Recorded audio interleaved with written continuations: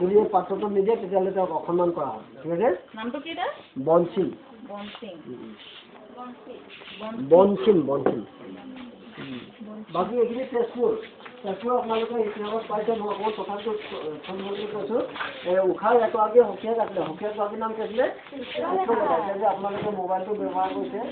এই মোবাইল ব্যৱহাৰ কৰি মোবাইলত এটা ৱেবছাইট থাকে গুগল থাকে না সেই গুগলত আমি যদি চাৰ্চ কৰি দিওঁ তেতিয়া কিবা কিবি ধেৰ ওলায় মানে তাজমহল চাওঁ বুলি ক'লে তাজমহল ওলায় পৃথিৱীৰ কিবা এটা আচৰিত বস্তু চাওঁ বুলি ক'লে ওলায় সেই পাৱাৰটো সেই সময়ত চিত্ৰলেখা আছিলে চিত্ৰলেখাই অকণমান স্কেচ কৰি দিয়াৰ লগে লগে যাকে চাব বিচাৰি তাত চেহেৰাটো ওলাই গৈছিলে সম্পূৰ্ণ হৈ গৈছিলে তাত মানে সেই পাৱাৰটো থকাৰ কাৰণে ৰেখাত তেওঁ বন্ধু হ'ব লগা মানে জীয়েকক ফটোখন স্কেচ কৰোঁতে সম্পূৰ্ণ অৱয়ৱটো দেখা পায়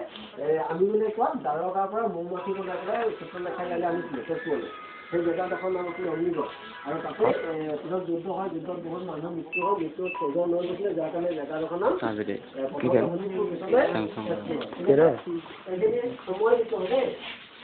এইখিনি আপোনালোকৰ তিনিচুকীয়া জিলাৰ ওচৰত শিৱসাগৰ এইটো শিৱদৌল শিৱদৌলটো আমাৰ ভাৰতবৰ্ষৰ ভিতৰত আটাইতকৈ ওখ দৌল কিমান ফুট জানে নাই বাৰু 32 মিটাৰ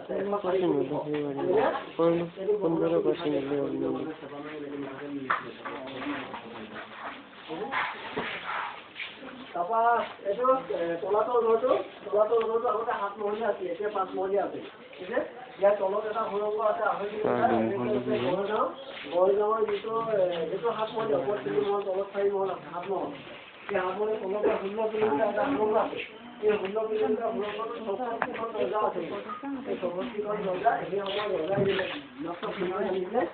ক'ত ধৰি দিলে কি আহিব তলৰ কাৰণে দুটা ৰিচাৰ্চ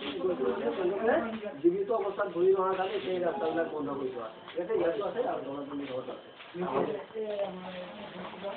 এইখিনি কাজিয়াসকলৰ কোনো লিখিত সংস্কৃতি নাই লিখিত বুৰঞ্জী নাই কাৰণ তেওঁলোকৰ নিজৰ ব্যাকৰণ নাই তেওঁলোকৰ এইটো মাত্ৰ দুৱান ব্যৱহাৰ কৰে আৰু লিখোঁতে ইংৰাজী লেখে এইখিনি এইটো হৈছে পুৱা মক্কা মানে আমাৰ কৃষ্ণ ৰুক্মিণীয়ে কৃষ্ণ আনোতে গোবিন্দ পক্ষী হয় পৰ্বতত গৈছিল সেইটো কাৰণে জেগাডোখৰ নাম গোবিন্দচুৰ আৰু ইয়াতে চাহজাহানকে যে মক্কাৰ পৰা পুৱা মাতি আনি এই মন্দিৰটো বনাইছিলে কাৰণে নামটো পুৱা মক্কা ঠিক আছে আৰু বাকী এইটো সামৰি দিছোঁ ইয়াতে এইটো হৈছে টুকুৰা পৰা গাঁত এইটো মতা টুকুৰা চৰাই এইটো মাইকী টুকুৰা চৰাই মতা টুকুৰা চৰাই নিজে যেতিয়া